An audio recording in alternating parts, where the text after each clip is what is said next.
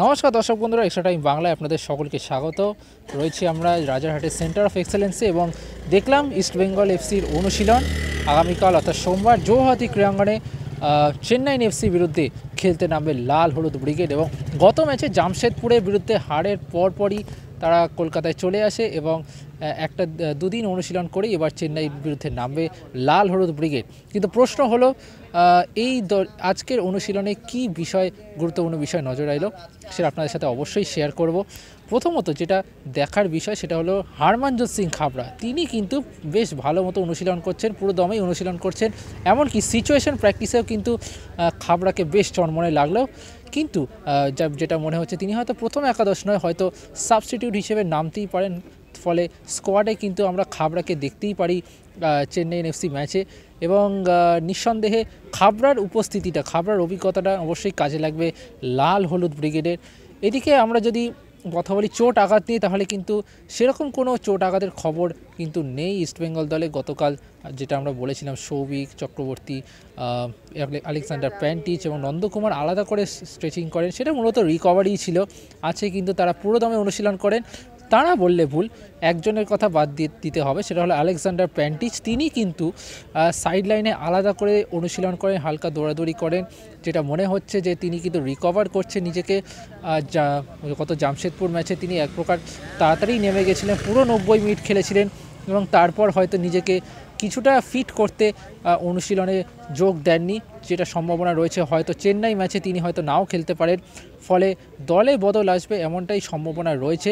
অনুশীলনের কথা বলতে গেলে যথারীতি দু দলে ভাগ করে সিচুয়েশন প্র্যাকটিস এবং তারপর কিন্তু মূলত স্ট্র্যাটেজিক্যাল অনুশীলনই করে লাল হলুদ ব্রিগেড।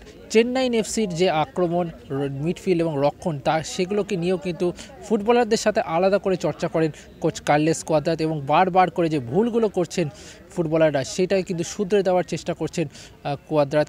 তিনি কিন্তু একদম এই জায়গাটায় দাঁড়িয়ে হেডমাস্টারের মতোই কাজ করছেন, পুরো দলটাকে একটা শৃঙ্খলার মধ্যে আনছেন। হাসি মজা ঠাট্টা সেগুলো তো চলছেই, কিন্তু তারই মাঝে কিন্তু ইস্টবেঙ্গলকে একটা নিয়ন্ত্রণে আনতে চাইছেন কোয়াদ্রাত। কারণ এই মুহূর্তে সুপার সিক্সে ওঠার এখনও অবধি কিন্তু অনিশ্চিত হয়নি লাল হলুদ ব্রিগেডের। পয়েন্টের বিচারে এখনও সবকটাই সম্ভব। তো চলুন দেখে নিই আজকে ইস্টবেঙ্গলের অনুশীলনে কিছু বিশেষ মুহূর্ত।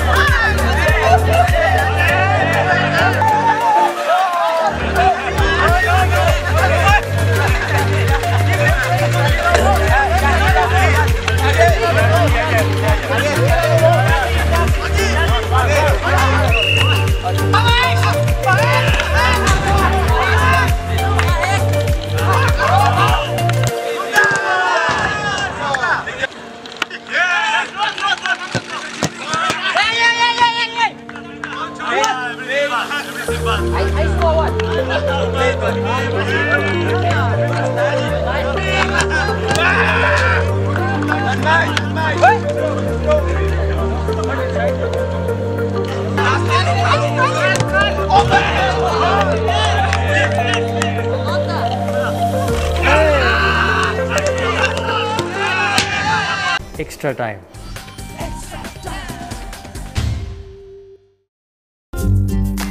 লেটেস্ট নিউজ আর এক্সক্লুসিভ ভিডিওর সঙ্গে আপডেট থাকতে এখনই সাবস্ক্রাইব করুন আমাদের ইউটিউব চ্যানেল। বেল আইকনে ক্লিক করতে ভুলবেন না যেন।